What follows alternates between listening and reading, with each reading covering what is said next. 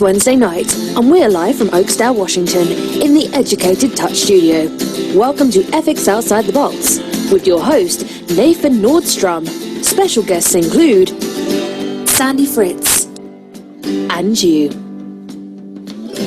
Here he is, Nathan Nordstrom.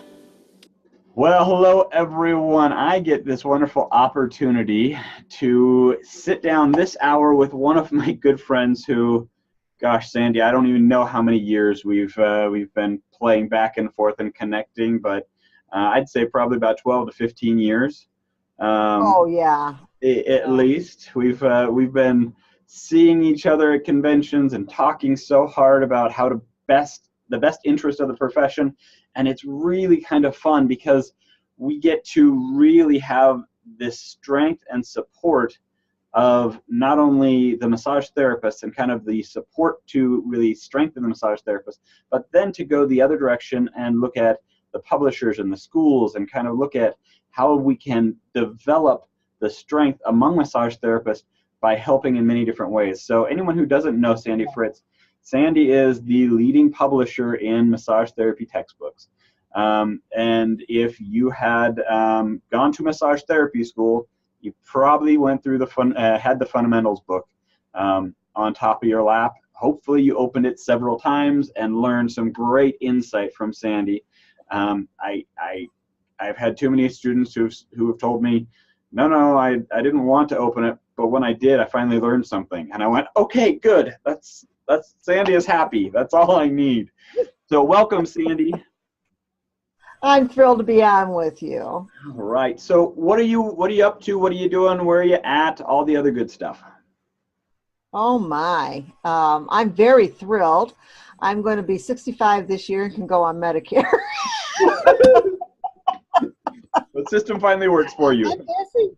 I am busy. I have a massage therapy school. My kids and I own a franchise, a massage franchise. We have an educational partnership with the MBA Pistons, and we're back and forth with that all the time as part of our advanced education. I teach in the program. I'm getting ready to start a revision cycle. I know how to work the computer program at the spa desk now. I fold a lot of laundry. Yes, that is our job. Our passive thing. I still have a private clientele. Yeah. So the Pistons, now, is that the only team that you're working with right now? We have, over the years, we've worked with the Detroit Lions, and then we did that for 13 years. And during that time frame with the school, we had the three main career pathways, which in my mind were and still are wellness, your health center, spa environment, medical, which is within a medical type setting, and sport and fitness. And you can have, those are all clinical applications of massage, but each environment dictates a little bit different. So we had the 13-year relationship with the Detroit Lions, and we had a 12-year relationship with a VA hospital here. This was years ago, before all this was kind of popular. And then we also had a relationship with more of a wellness center. So my personal clients now are a lot of retired football players and basketball players, but I stays real fresh with the student program and the advanced program we have with the Pistons. And they're just people, you know. So you followed the model of work smart, not hard. I have excellent body mechanics and ergonomics. I am excellent. Almost mandatory to really look at the things that you do and how you can injure yourself as a massage therapist to be connected. I've always worked full time. I've always worked full time doing massage.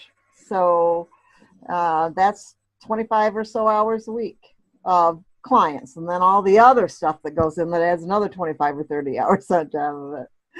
I've always laughed at the massage therapist who says they're bored. How do you have time to be bored? Do something. Oh, yes. So, well, thank you so much for joining me today, Sandy. I just wanted to quickly go to the website where we actually get all of our wonderful subjects for this hour. We go to the National Certification Board of Therapeutic Massage and Body Workers website, which is ncbtmb.org. And then down at the very bottom is the Code of Ethics. If you have the About Us, you go right down and you have Code of Ethics. And coming up in a couple of weeks, we're going to get done with the Code of Ethics and we're going to go on to the Standards of Practice, because those are more in depth. Yeah, that's more to come, right? It's all the excitement. Yeah, standards of practice you can actually observe and measure, whereas ethics is a lot grayer. It's a harder. There's no right or wrong with it. There's a tremendous amount of decision making with ethics as opposed to a standards of practice.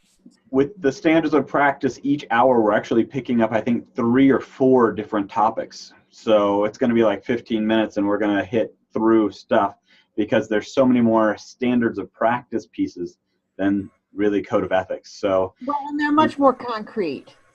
You should be able to do that because of the concreteness of a standard of practice. Ethics aren't that concrete. There's a lot of wave flow in that. I don't know. If we get Sandy Fritz on here again, she'll talk about one thing for 2 hours. Oh, I can. You can, and we have. So today our topic is actually number 15 for the Code of Ethics, which is avoid any interests, activities, or influence which might be in conflict with the practitioner's obligation to act in the best interest of the client or the profession. Sandy, what's the first thing that stands out to you? That when I claim to be a massage therapist and I present myself that way, everything I do impacts not only me, but everybody else that calls themselves a massage therapist. So let me just add to that. So when you're out at the grocery store and you see one of your clients and you're talking to them on the street, are you representing the profession or are you representing yourself? Now, if they know me as a massage therapist, I'm representing the massage profession. Okay, so if the police officer who pulls you over because you were speeding knows you're a massage therapist, is that the same aspect there? To me, it is. I follow the same guidelines. I was taught when I was in massage school that when you go to the grocery store, you don't go in your pajamas. No. You don't go in really drab, nasty clothes. If your community knows and you're marketing yourself as a massage therapist, everything you can do will give them the idea of what is the expectation of a massage therapist. And it was that professional standard that I held true to my entire life. And absolutely. I've never had anyone say that's a wrong standard. I've had people say that's too extreme, but I've never heard someone say it's wrong. You know, I've been around since dinosaurs roamed the planet doing massage. I've been around a long time. And a lot of people You babysat Jesus, right? Huh? You babysat Jesus, right? Well, close. Okay.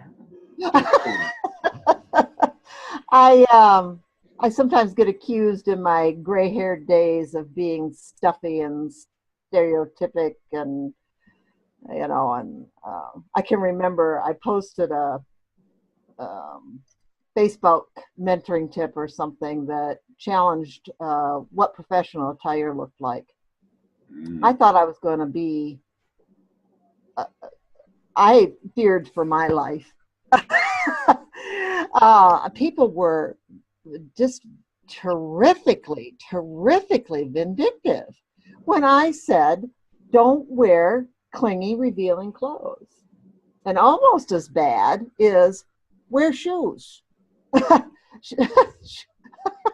thought,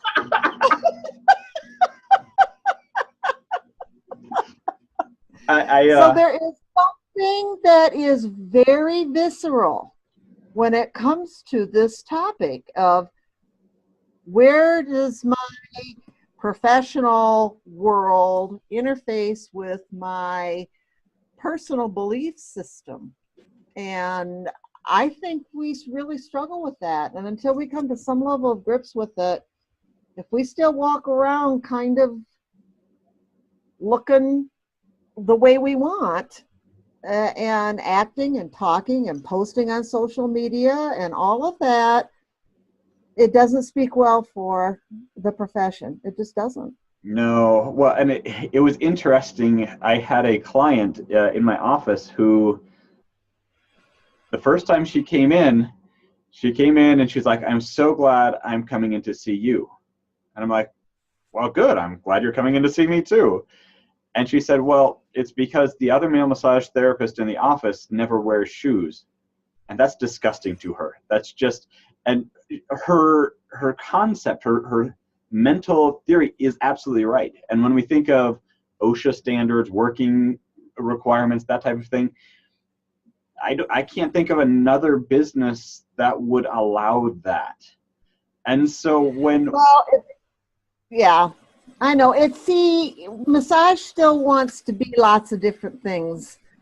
And there's a very independent vein in us. And we don't like, collectively, we don't like to be told what's right or wrong, and people take offense of this. And the generation that should be coming up and moving into leadership, they're trying to grapple with this. Their world is different than mine. I take issue with current leaders or educators that try to teach the new generation of massage therapists the way it was for us. It's not. It is not the same. Their world is very different. At the same time, this newer generation is trying to find an identity as well.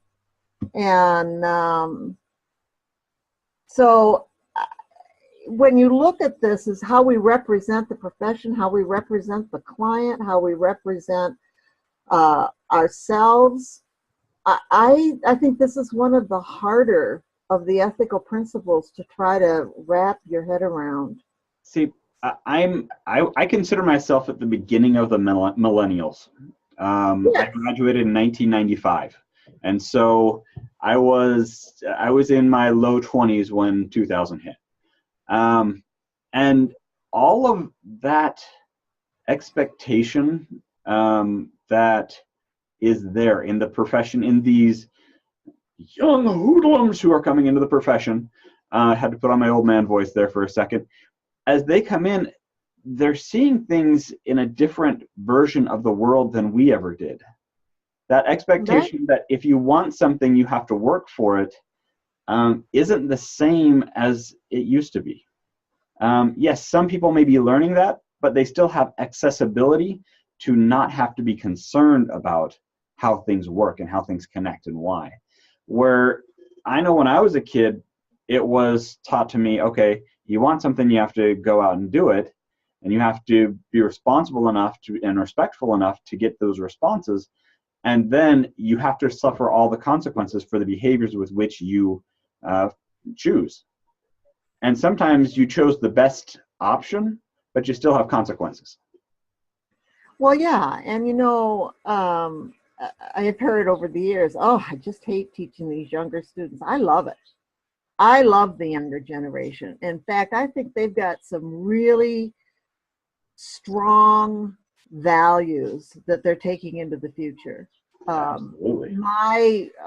My son, Luke, is in that. He's 33. actually had me as his teacher, poor kid. I was harder on him, you know how that goes. And he survived. Yeah, and he's an excellent massage therapist. And he went through the program, and then I said, "You're out. You go find your career, and then in 10 years come back." And so we just hit that mark a year ago.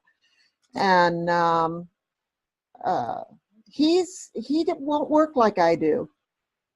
He neither will my daughter, who is a little older and part of this whole running the franchise and stuff. He's got a better balance than I do. Well, I worked, you know, I very seldom on Facebook or when I'm talking to people will try to tell people how I ran my practice and how much I worked. I don't think it was healthy. But I was a single mom and I had kids to raise, and I was swimming up the stream with the reputation of massage and all that was going with it. This newer generation, as they're grappling with who am I and how do I represent this and how do I protect my clients and how do I protect the profession, they're also trying to protect themselves a little bit, I think. And they're saying, no, I'm not going to do that. I'm not going to work 60 hours a week like you did, Mom. And I'm not going to, as I reevaluate myself in my older years, I think they're onto something, actually. At the same time, when we look at this particular ethical principle, there's something to be said for professionalism and what professionalism means. And it means that my actions are not just going to affect me. The consequences are not just about me. They're about everybody else that looks at that and says, that's massage. So I do love how there's two endings to this ethical piece. And one is for best interest of the profession, but the other one is best interest of the client. That's right. And looking at the best interest of the client, I always pull that one apart into actually two pieces as well. Best interest for the client while they're on the table, and best interest for the client when they're not in the treatment room.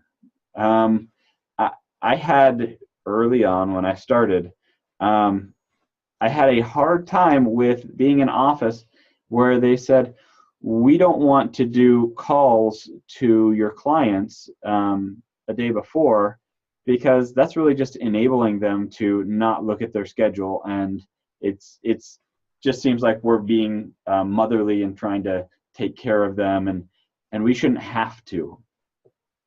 Well, I'm going to tell you something about that. I'm fond of saying I get really tired of BS. Now, that's in my mind is belief systems, okay? That's where I was going too. That's crap. Yeah. Which is the other kind of BS. Yeah. Bullshit. Standard operating procedure that you do confirm calls and that you maintain a safe and sanitary environment and you disclose things to your clients and that you don't create unrealistic expectations and you set your fees at a place that is reasonable and realistic, and you understand that massage is not necessarily meant or serves best as a fix-it system where I'm going to see you 5 times and that's it. This is a maintenance system. This is more of a something that we are going to build a long-term therapeutic retention relationship with our clients, and that calls for a tremendous amount of respect. Life choice and relationships, I think, are two really big pieces there. Is people look at massage therapists nowadays as a life choice. They look at it as something that they do to help maintain their life, and they have to have a therapist that they can respect and create a relationship with, that they aren't going to feel like, do I have to question that this person has the best intent? That's my thing. Yes. And is this person giving me the most rational expectation for benefit in utilization? Or are they feeding me a line? And I'm all about evidence-informed practice. I'm all about that. Yep. But there's also long-term cultural lineage material and focus. And I think it's unethical for somebody to take a weekend class in a culturally based system, that Thai massage, for example, or lomi lomi. The method is massage is push or pull. It's not, but if you say that you're going to do something that is steeped in a long-term historical cultural foundation, then you need to be steeped in it as well, so that you deliver it that way. To tell somebody that you're going to do Thai massage, which means you had or shiatsu or any of the others, and you took a weekend class with it, and it really means that you're going to try to do some movements that look like that, that's a disservice. So I think that's the whole continuing education scheme wound up, except for one other piece, which is the educators. If I am an educator and I say, hey, I'm going to teach a class in Thai massage, and yet you read a book on it, you read most of a book on it, and you wrote up just an outline of what you were going to do, and then you have 20 people and you're teaching them this technique. To be a vetted instructor, and this is one of the reasons why I think the National Certification Board has done such a great job in progressing continuing education to really hold true to what continuing education needs to be and that those standards are met. And they're working. It's a work in progress. Remember, I've been around a long time. I hope it continues to be a work in progress, because once it stops, we're in trouble. But if we're, holding our clients in our best interest, and we're telling them that we have expertise in an area that we don't, that's great. Or that they're going to achieve a benefit that's probably not biologically plausible. Or, massage is wonderful. We don't have to blow it up into all of this stuff that it doesn't have to be of value. And I think we do our clients a disservice. So I tell people about the 3-letter F word in massage. What's that? That's fix. Oh, yeah. And, I've never fixed anything. I may have fixed glue. I fixed my hand to the glued counter, but I still got it off. These are pieces where I'm like, fixing things doesn't happen, but aiding and supporting your clients to feel better, that can. And so when my clients come in and they're like, oh, hey, my neck feels uncomfortable, I got this, I got that. Okay, well, let's see what we can do to see if we can help your neck. But when they're asking for the fix, I have no problem arguing with chiropractors as well. When a chiropractor says, oh, okay, I'm going to fix up your neck. Okay, you're definitely going to do some stuff with the joint, but is it just joint, or is it joint and muscle and dysfunction and emotional and trauma and that F word can be really dangerous. We need to, if we go back to that whole ethical statement again, holding our clients in a therapeutic trust means that we give them the ability to make informed choices and informed decisions. Yeah. And we have an ethical obligation to give them as accurate information as we have. And that means don't throw out some of these methods that we don't understand yet. Reflexology, for example, I think thorough, wonderful massage of the foot is a marvelous way to create a wonderful cascade of sensation to the nervous system. I'm not so sure. I'm not so sure that there's a spot on there for the thyroid gland. I'm not so sure about that. But there's a huge lineage that comes up from that. I'm not ready to say that it's totally wacko either. But I'm not going to say to a client, if I push here, this is going to happen. I'm going to say, here's this long-term lineage. Here is a variety of thoughts about it. Here's how I think it is working. And tomorrow something may happen that'll change that. Let's see how it works for you.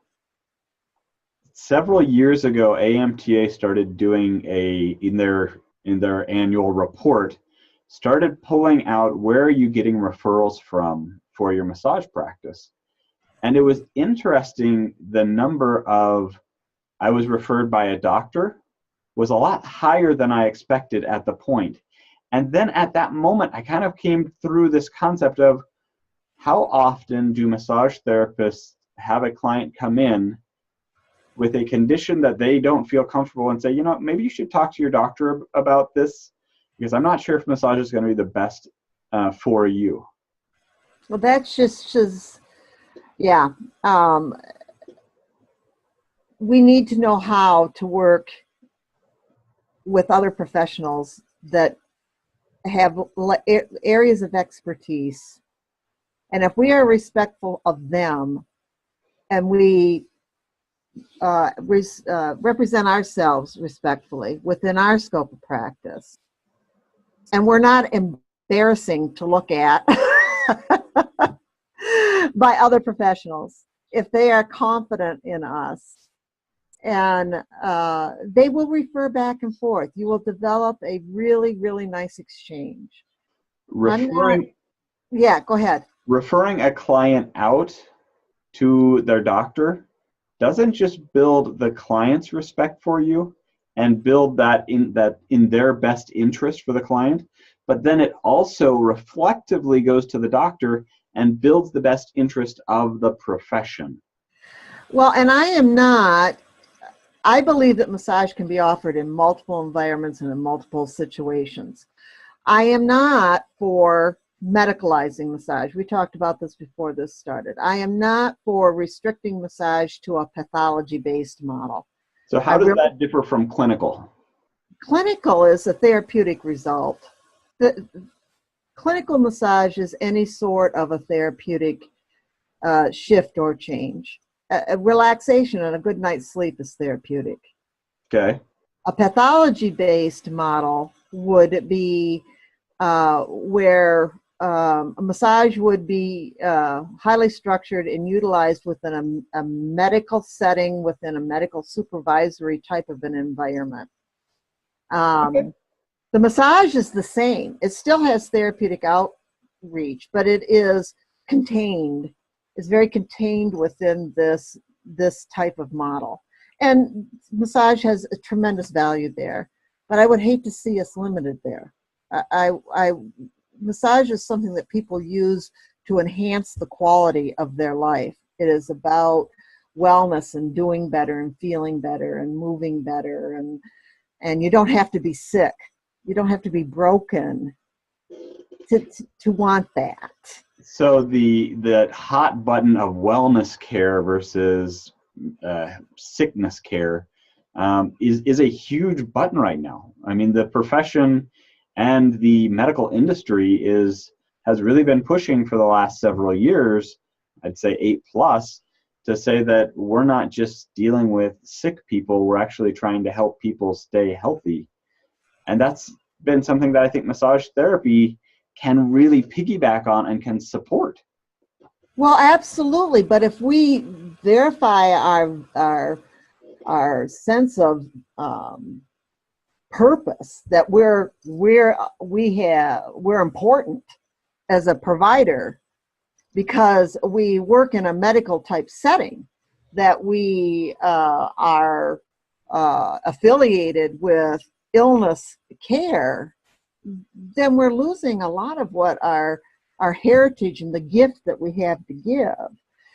Even in those environments. I mean, I've worked for years within the sport professional sport environment. I've interacted with lots of medical and athletic trainers, tremendous numbers of orthopedic type injuries, and it just goes on and on. Tons of respect between us because we didn't try to do each other's job, but we enhanced each other's job. I didn't have to do a lot of this because I knew the trainer would do that. And then they didn't have to do what I do, but we could communicate. We didn't conflict. We attempted to understand each other. And then that person that was under our collective care did much better.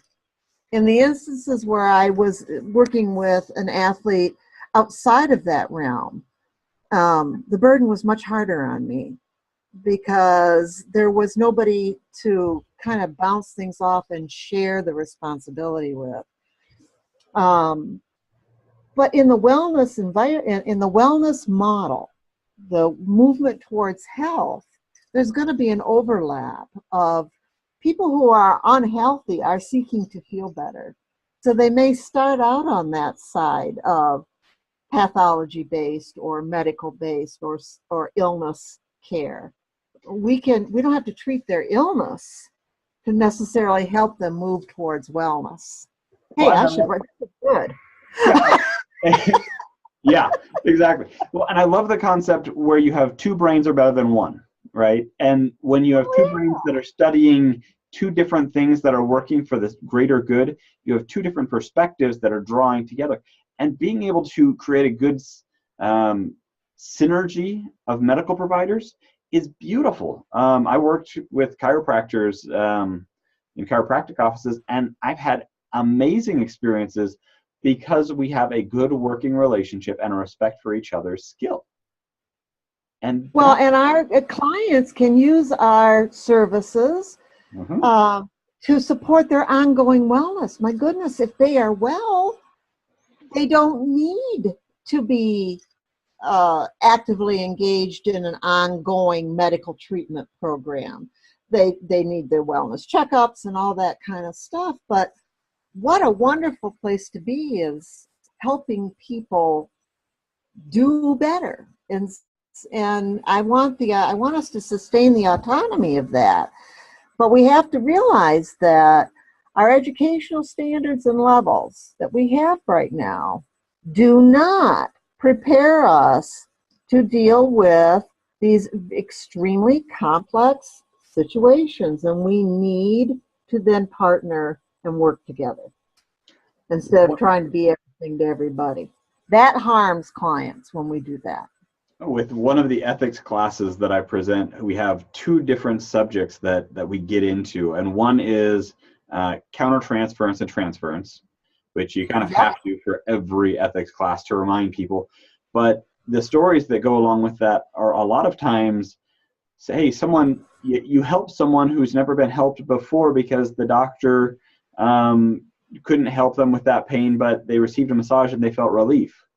And so then they start looking at you as this doctor of rubbing or this doctor of muscles. And when you take on that aura with 500 hours of education, you're putting yourself in a lot of harm's way. Take that aura with 5,000 hours of education, you are in trouble. I tell my students, I said, it's bad enough when somebody will put you up on a pedestal. It's worse when you think you belong there. And and this therapeutic alliance, this therapeutic relationship, you mentioned transference and countertransference. When I am secure and proud and confident in my role within my scope of practice and the value of what I provide, I don't have to be everything to everybody. No. I don't have to be their nutritionist. I don't have to be their financial counselor. I don't have to be their spiritual advisor. I really take issue with that because people's spiritual pathway is sacred space. I don't belong in their sacred space. I love you, but I don't want you as my spiritual advisor. Why not? I'm just saying. So I think the other one is actually just as important, because when we're looking at really what your role is as a therapeutic massage therapist, the other subject in that same ethics class is upselling. And we talk about the challenge that massage therapists have with putting out themselves as a specialist and understood specialist of a specific skill set, and having products that support that at home. So if you're selling lotion, or you're selling creams, or but choosing what you appropriately decide as your products to sell is really important, especially when we look at the beginning. Avoid any interest, activities, or influence with which might be in conflict.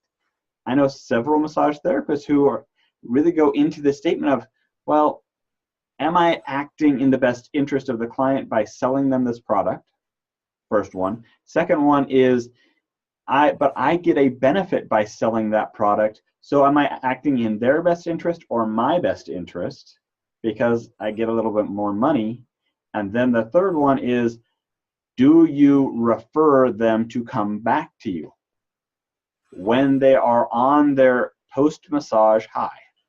They've got the endorphins, they've got their whole brains happy, the trust hormones are going through their body, and you say, hey, we'd love to see you again next month or next week or tomorrow. And are you acting in the best interest of the client without undue influence to push them beyond what is safe, professional, and appropriate? Those are really, really, really good points, and they're hard to navigate. I believe massage.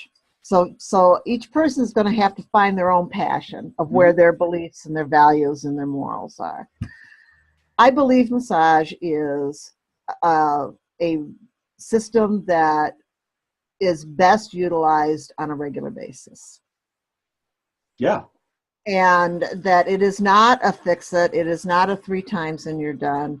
One-hit wonder. It is really a wellness service. If I am going to then support that type of a client base, I have to take a real look at what the burden is for them: time, money, etc. If I'm going to see a client once or twice, maybe I can get away with charging $150 a session. But if I am going to see a client and set it up as part of a wellness plan for them, just like exercise has to be done on a regular basis. I get my hair cut on a regular basis, if you want to put it in another frame. Yep. I have to look at my fee structure for them. Same with product. I have grappled with this with our franchise involvement. We're 3 years into this, and one of the reasons why I embarked on it was my daughter's idea, but I came on, I said, look, if this truly, and I believe this is going to be the delivery system of massage, because it's in the wellness sector, but it also provides a safe, supported environment for massage therapists and clients. And we can, it just is. It's the way it's going to go, and people can not like it or whatever. But I got to live it, because I've always lived a sole practice. I've always been by myself. 40 years ago when I started massage, like I said before, it's just a different world. So when we get into this, one of the things for generating income is the upsell. You have your baseline for your massage. And if I'm going to have clients come in even once a month or every other week, or the dosing studies are indicating every other week to every week for generating sustainable benefit, my goodness, if my fee is $50, $60, that's a $250 to $300 bill a month for that client.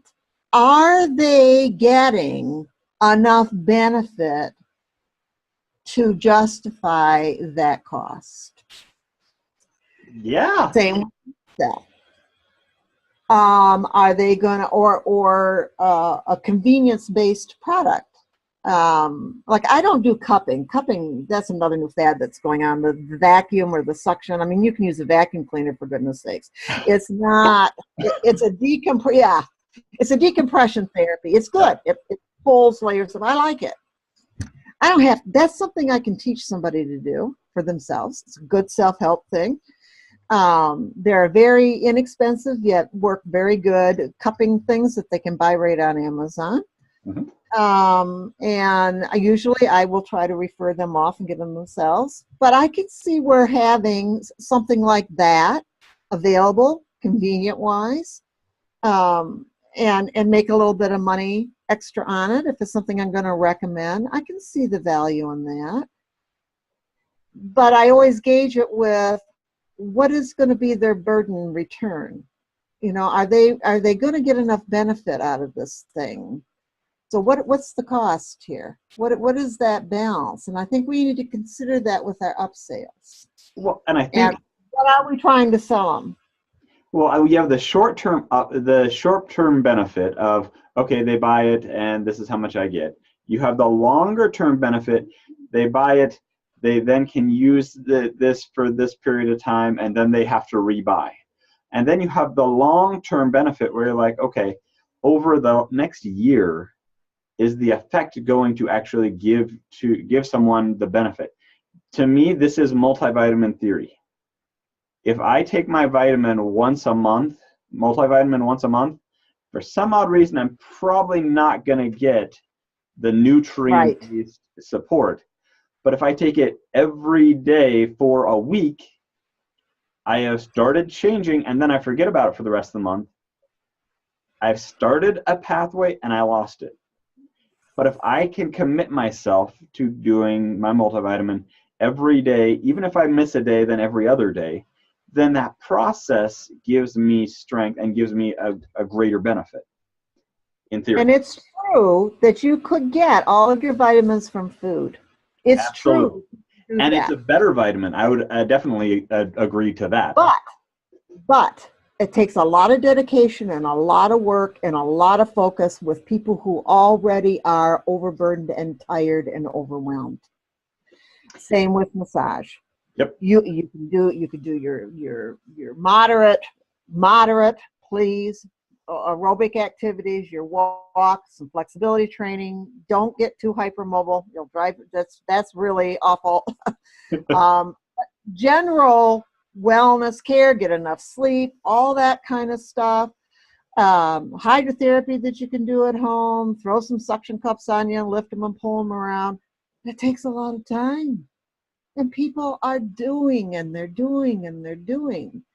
If they can justify it, if they can see benefit, it doesn't have to be magical, but if they can see benefit from the experience of the massage as well. I come in, it's warm, a person cares about me, I feel better.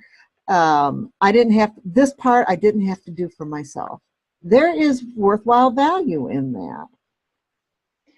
But the fee structure is an issue. A fee structure becomes a real issue with this on what people will be able to justify. I agree and disagree all at the same time, because part of that ethics discussion from that class also goes to judgment of income bracket. And if you don't know, as the professional who knows the value of it, if I had two people in front of me and one was dressed in a tuxedo and one was dressed in pauper's clothes, if I don't feel comfortable saying, hey, you know what, we also have this lotion to both of them, then do I really believe in the product? First of all. That's and right. The second one is that person in the pauper's clothes, maybe like Duck Dynasty or whatever that group is, who they dress in impoverished clothes, but they are multimillionaires from some odd trinket that was created. And that person in a tuxedo may be dead broke. I can't judge if they can afford it, but I can judge if I think therapeutically there would be a benefit to it. There's value. Them, and then hands off. I mean, I can't strong arm any of them. I can't say, well, you have to buy this because this is going to make you better. that's wrong. But I can say, I've noticed that the benefit of this really coincides with massage therapy. If you'd like to get that, that would be beneficial for you. And moving on. Yeah, and I look at it as, is it reasonably priced? Is it safe? Is it something the person is likely to do? And I look on it, do you as the therapist believe in the product? Right. If you don't believe in the product, you're not going to sell it. And if you work at a franchise, you work at a spa. I mean, I've worked in some very high-end, really nice spas with some really outstanding products that I didn't believe in. My sales were low. But when I worked at a clinic and they had a product that I used regularly, I was like, yeah, that stuff's good. I use that regularly. It's great for my neck stuff. That would probably help with keeping the shoulders where they're supposed to be. And I think our clients depend on us to pre-sort or vet some of this stuff, so you that mean if we weeding out the crap. Yeah, it's a good way to say it. Yeah. And if I just talked to somebody about some suction cups today, as a matter of fact, and I went on Amazon with them and I showed them right where it was, and I said, here, you can do this, and then they're real easy to use, and talk to them about some precautions and stuff. Give yourself a hickey. There's a thing out there right now. It's a product where you just beat on a joint forever with it, and it's supposed to do something, and it's expensive. It's a thumper-ish type of a thing. I probably don't have the same enthusiasm for it. That seems awkwardly dangerous. And so and on the same token now, clients ask me, well, what do you think about this? What do you think about magnets? Or what do you think about infrared? Or what do you think about hyperbaric chambers? Or what do you think about this nutrition product? Or should I rub this on that? And they trust me. I've developed that therapeutic trust. I have to realize that if I say something about a product, pro or con, that's going to influence that trust. Just like if they're undergoing some sort of a medical treatment, or they're undertaking an exercise regime of some type that either I support or I don't, I have to be very careful how I influence that.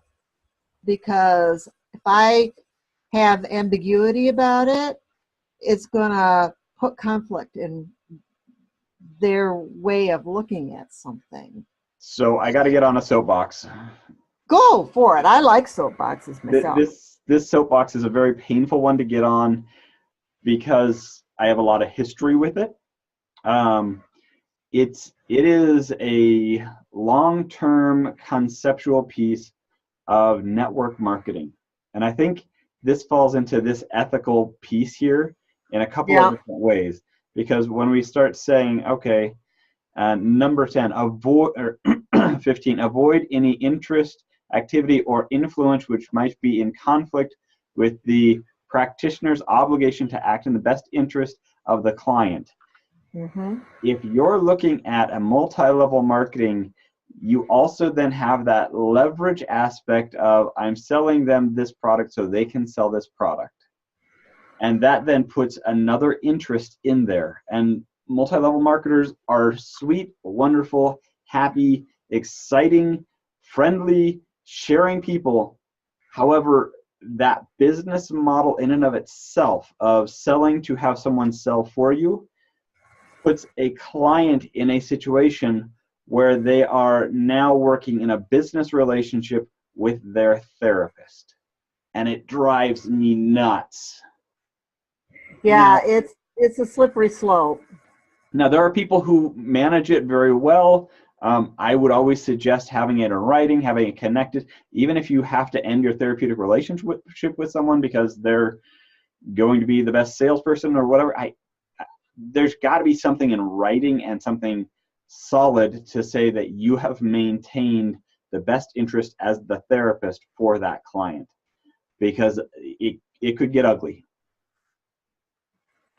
Convincing them to do to get involved with a specific type of an exercise program, because there's referral and then there's influence. Yeah. Okay. Absolutely. And so it's again, it's no black or white on this. It's dicey. It gets really dicey. I think one of the biggest breaches we have of that in the massage world right now is essential oils.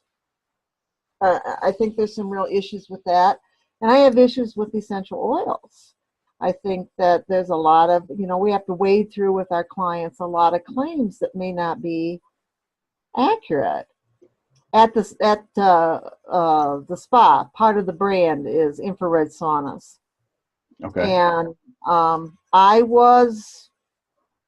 I had to really do a gut search on this, and an actual literature search, to see if I could believe, like you had said before, I could believe in the claims that were made for these infrared saunas. Not all of them I can. I think that there's kernels of truth that they have in it. But then those kernels are brought forth like they're big, okay? Yeah. However, collectively, through, that's where research literacy becomes important. Collectively, through research, I have found that sweating is of value. Yeah. And infrared sweat is a very efficient way to sweat. But it's not about the infrared, it's about the sweating. Same with exercise, that sort of thing. So if I can provide reasonably them a mechanism to sweat that has, that is not a cost, that certainly is a moneymaker, but is not a cost burden, and I can really believe in that, that's really good. But if I am trying to talk somebody into not using a wet sauna versus a dry sauna, and they've had, when really it's about the sweating, and this, so I can give you this as an efficient way to sweat, you would do just as good, if not better, if you went out and exercised and sweat. See, there's where you get your ethics. That's an ethical statement right there. And I love that, because there's really two things that I've told people time and time again that will help you define your ethics. The first one is good communication. Yep. Good communication will put so many ethical dilemmas to rest, because if you can understand each other, that communication can make or break an ethical dilemma. And the second one is research.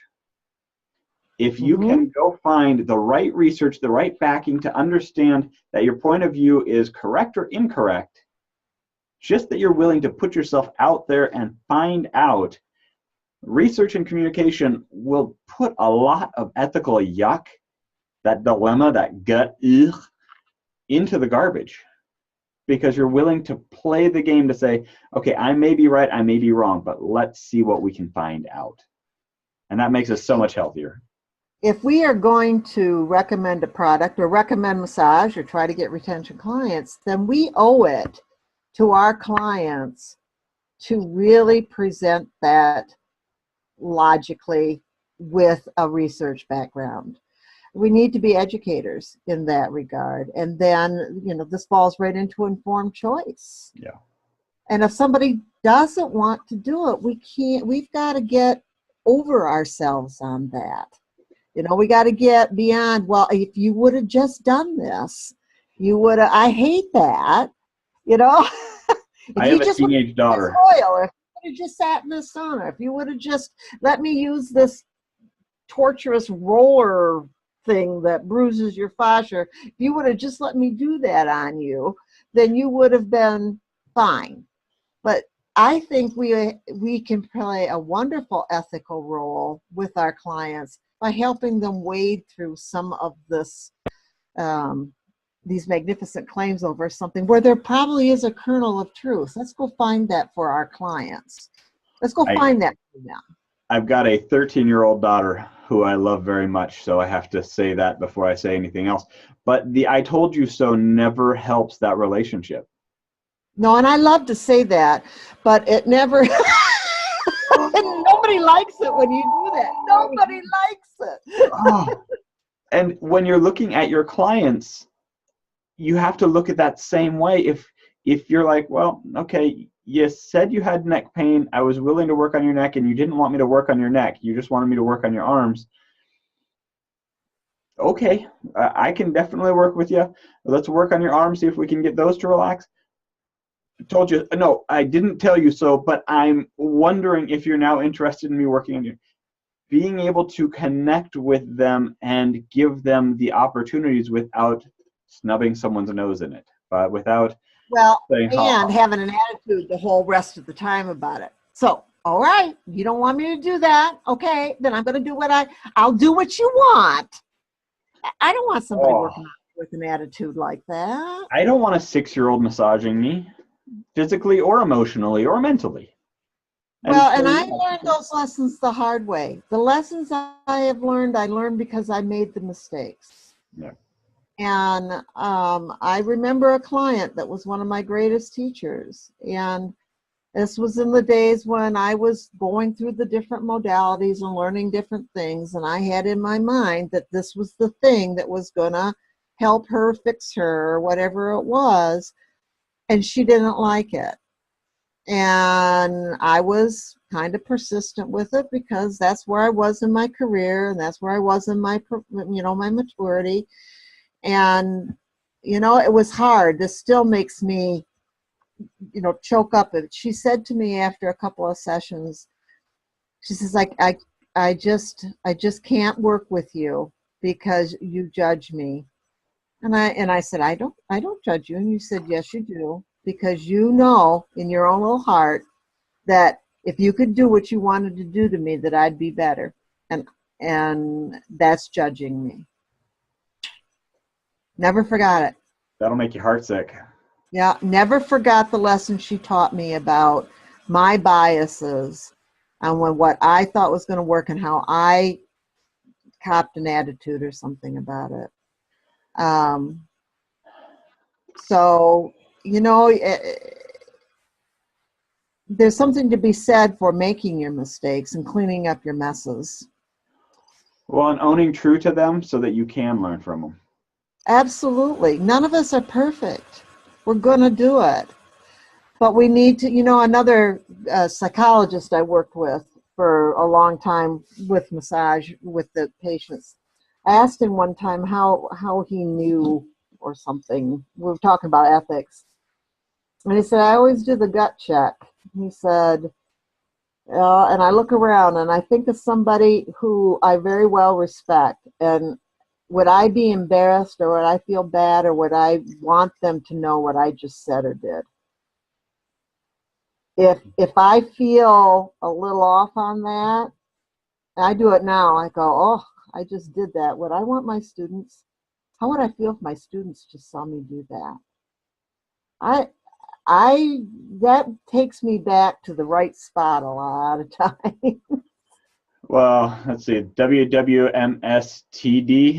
What would my students do? No, what would my students want me to do? I don't know how. What would my students do if they saw me do that? That's way too long. I don't know if we can. But it's true.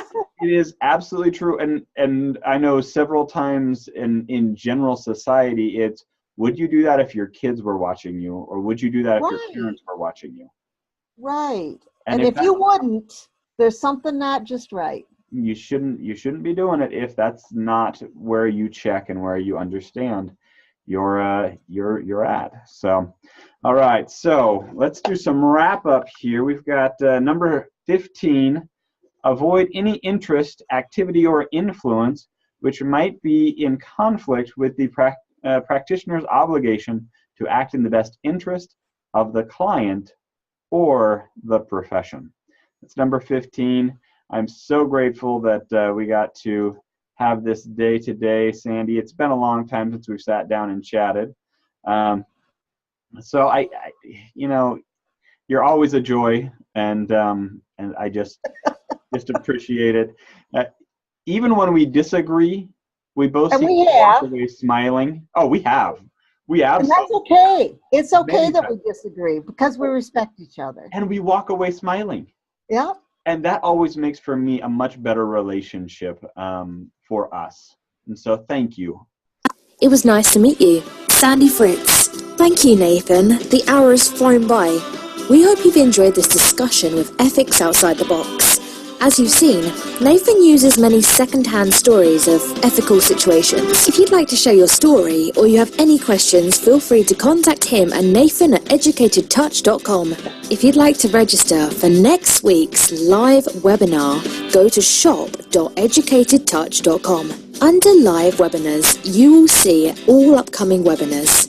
If you have just watched this video and would like continuing education for home study, you can go to shop.educatedtouch.com under the home study options with the date or episode number to receive your exam. If you would please like this video and subscribe to our YouTube channel, we will keep you up to date on new videos. If you'd like to attend one of our live courses, you can find upcoming scheduled events at www.educatedtouch.com. Thank you for joining us today. Be well and have an ethical day.